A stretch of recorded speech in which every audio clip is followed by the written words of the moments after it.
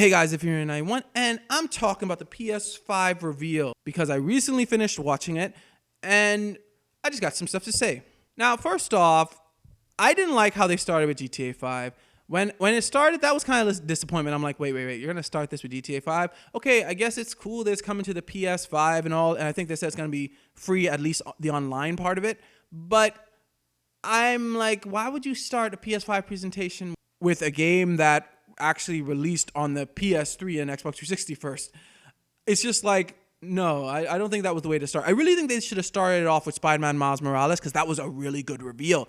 I didn't think there was going to be any Spider-Man at this event. And then when I saw it, I'm like, wow, that's Spider-Man. And then they revealed it's Spider-Man Miles Morales. And not only that, it's coming out this year, which is cool because a lot of the games revealed here aren't coming out till either next year or later even.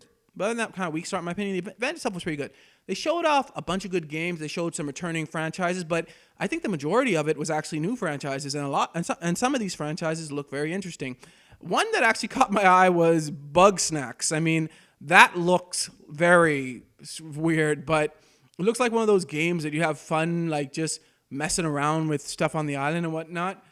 I don't know, but of course I got to talk about Horizon 2 because that looks good. When they first displayed that game, I didn't even know that they were talking about Horizon. But of course, that game doesn't seem like it's coming out for a while. I'm guessing 2022. I think it said 2021, but I doubt it's going to come out next year. Another game that looked really interesting was the whole Deathloop game, I believe it's called. That looked pretty cool, like how you have to play the game over and over again, and you have to get all the 8 targets in time and stuff like that.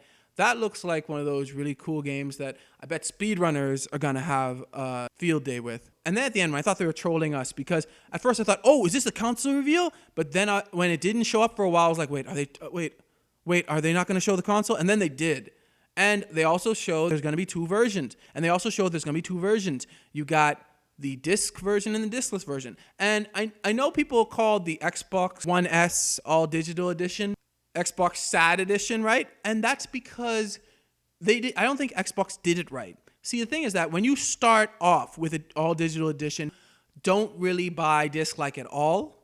And maybe people who already have all their own Blu-ray and stuff equipment, so they don't need to have a Blu-ray player or whatnot, or even a 4K player. So it's good to start with that because then people who don't use disc at all would probably have a cheaper console to get. But what's with the remote?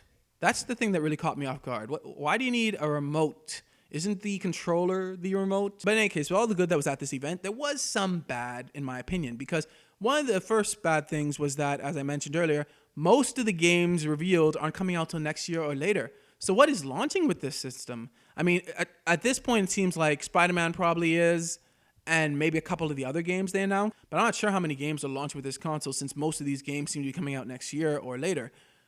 So that's a little bit disappointing because the games at launch will really determine how fast people buy this console. Because sometimes, I remember one time with I think it was the Wii U, where my friend told me he was waiting till The Legend of Zelda came out on it to buy a Wii U. And that's true, that some people wait for a certain game to come out before they buy it. So you got to make sure you have a good launch lineup. But other than that, the conference was pretty good. It had so many new franchises. Like, they didn't focus heavily on their returning franchises. Like, they showed stuff like Hitman, Horizon, but they seemed to really shine the light on the new franchises, which is good because that's what we want. This is another console and we need new franchises. Sure, players want the Horizons, the Hitman, and all those other franchises to come back in a big, better way, I believe. But it is good to see new creative minds and new franchises coming out with new games and new franchises. So it looks like the PS5 is off to a good start. And I was right. They didn't reveal no price.